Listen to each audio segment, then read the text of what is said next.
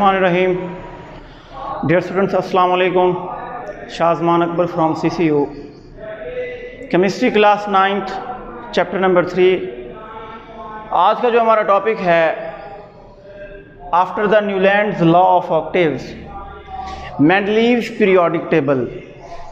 Newlands का जो law of octaves था, जिसमें न्यूलैंड्स ने एलिमेंट्स को 8 एक पीरियड की जो है फॉर्म में अरेंज किया, जिसमें उसने कहा कि हर 8वें एलिमेंट के बाद जो प्रॉपर्टीज़ हैं एलिमेंट्स की आफ्टर अ रेगुलर इंटरवल क्या होती हैं, रिपीट होती हैं। और इसे वो किस चीज़ का नाम देता था? लॉ ऑफ ऑक्टेव का। और उसने अपने इस लॉ को किस चीज़ के साथ कंपेयर किया? विद द म्यूज़िकल नोट्स, मौसीकी की धुनों से। लेकिन ड्यू टू डिमेरिट्स कि उसने क्या किया, उसने एलिमेंट्स जो डिस्कवर होने वाले थे उनके लिए स्पेस नहीं छोड़ी थी। तो इसके इस डिमेरिट्स को देखते हुए रशियन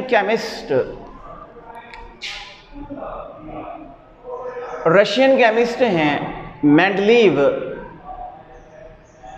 जिन्होंने अपना ये लॉ प्रेजेंट किया, अपना ये पीरियोडिक टेबल जो है प्रेजेंट की। और ही अरेंज्ड 63 एलिमेंट्स को इस पीरियोडिक टेबल में अरेंज करते हैं according to their increasing atomic masses. According to their increasing atomic masses के बढ़ते हुए एटॉमिक मासेस की बुनियाद पर एलिमेंट्स को, और वो एलिमेंट्स कितने हैं? 63 एलिमेंट्स हैं, इनको अरेंज करते हैं और in the form of vertical columns and horizontal groups.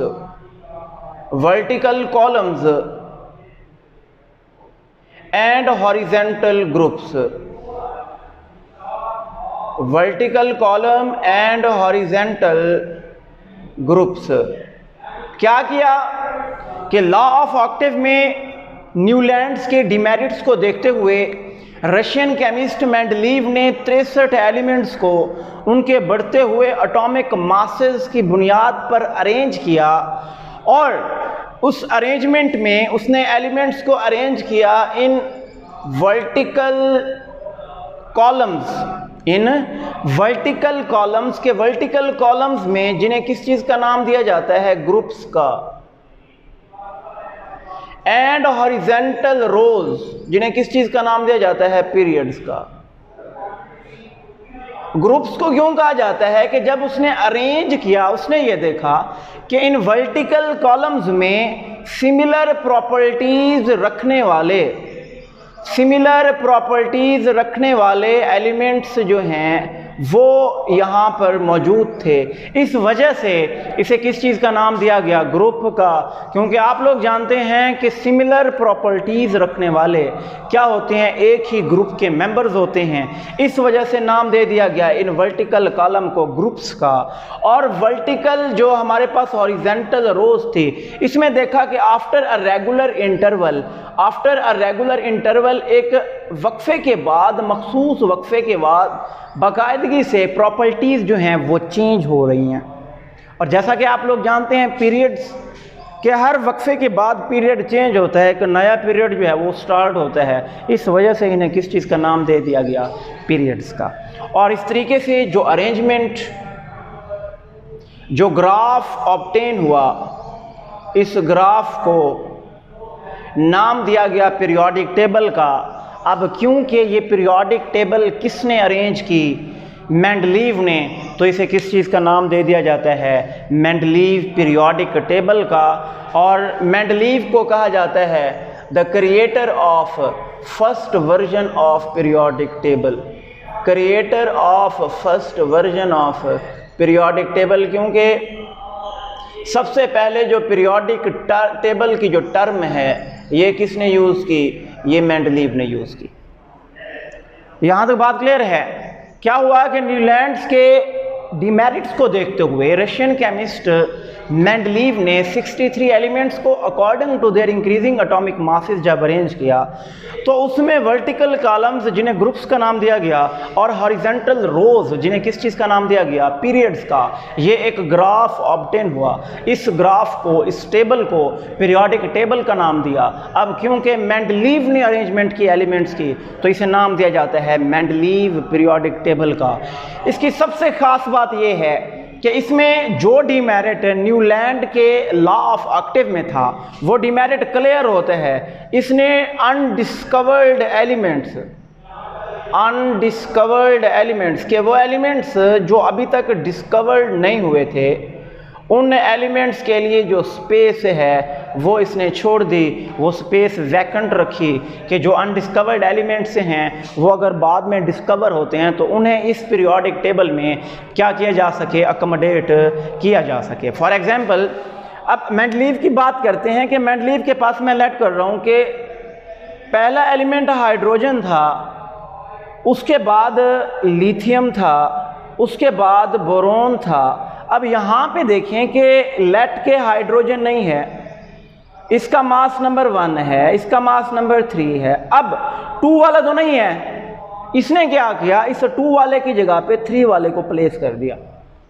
Newlands ने इस 2 वाले की स्पेस खाली नहीं छोड़ी, जबकि जो हमारे पास मेंडलीव है, मेंडलीव पीरियोडिक टेबल में इस 2 वाले की स्पेस जो है वो छोड़ दी गई ताकि अगर ये डिस्कवर होता है तो इसके लिए यहाँ पर स्पेस वैकेंट हो, इसे यहाँ पर अकोमोडेट किया जा सके। तो इस हवाले से जो मेंडलीव पीरियोडिक लॉ बना, जो मेंडलीव ने डिफाइन किया वो ये था कि properties of the elements are periodic function of their atomic masses. Properties of element are periodic function of their atomic masses। कि अगर हम atomic masses की बेस पर बढ़ते हुए एटॉमिक मासेस की बुनियाद पर एलिमेंट्स को अरेंज करते हैं तो इन एलिमेंट्स की properties after a regular interval of time repeat होती हैं। ये है मेंडलीव का पीरियोडिक लॉ कि मेंडलीव यही बात कहता है कि properties of the elements are periodic function of their atomic masses. लेकिन इस मेंडलीव पीरियोडिक टेबल का भी हमारे पास एक डिमेरिट है। फॉर एग्जांपल अब इसने एलिमेंट्स को अरेंज किया according to their increasing atomic masses. मैं बात करता हूँ हाइड्रोजन की। हाइड्रोजन है, हीलियम है, लिथियम है। लेट मैं यहाँ पे इस तरीके से अरेंज कर देता हूँ, या हाइड्रोजन है एक ही ग्रुप में, हीलियम है, लिथियम है। मैं लेट कर रहा हूँ, हाइड्रोजन यहाँ पर होता है, हीलियम यहाँ पर होता है, लिथियम यहाँ पर होता है। ये एलिमेंट्स हैं। अब क्योंकि मेंडलीव ने अरेंज किया on the basis of increasing atomic masses. जब यहाँ पर एटॉमिक मास की बात करते हैं तो हाइड्रोजन का एटॉमिक मास 1 है। अब हीलियम के एटॉमिक मास की बात करेंगे तो 2 है, लिथियम का है 3। ये तो हो गया according to their increasing atomic masses. लेकिन अगर हम बात करें हाइड्रोजन की, हाइड्रोजन के आइसोटोप्स हैं। पहला आइसोटोप जिसे हम प्रोटियम का नेम देते हैं, एटॉमिक मास है 1। दूसरा जिसे हम ड्यूटेरियम का नाम देते हैं, इसका एटॉमिक मास है 2। तीसरा जिसे हम ट्रिटियम का नाम देते हैं, इसका एटॉमिक मास है 3। तो जब according to their atomic mass arrange करते हैं तो यहाँ पे हीलियम और लिथियम की जगह कैसे होगी?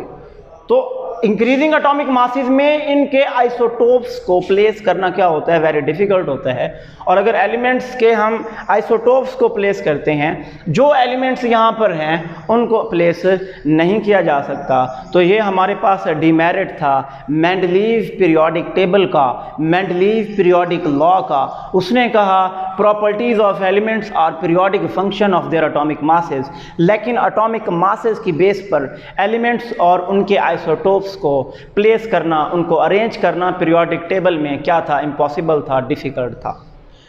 तो इस डिमेरिट को देखते हुए 1913 के अंदर 1913 में एच मोज़ले ने वही सेम मेथड एलिमेंट्स को अरेंज किया उसी पीरियोडिक टेबल के अंदर, लेकिन इसने जिस बेस पर, जिस प्रॉपर्टी की बुनियाद पर एलिमेंट को अरेंज किया वो था उनका एटॉमिक नंबर।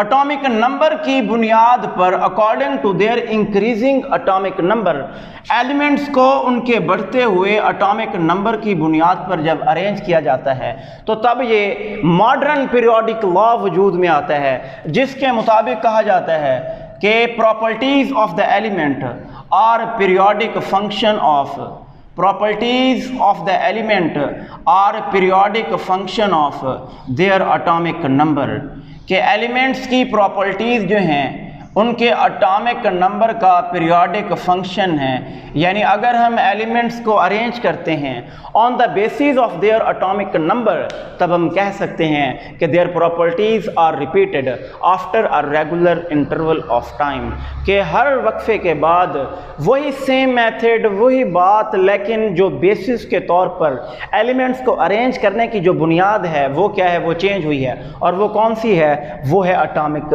नंबर। अगर हम बात करें अब अरेंजमेंट की, तो हाइड्रोजन का एटॉमिक नंबर 1 होता है।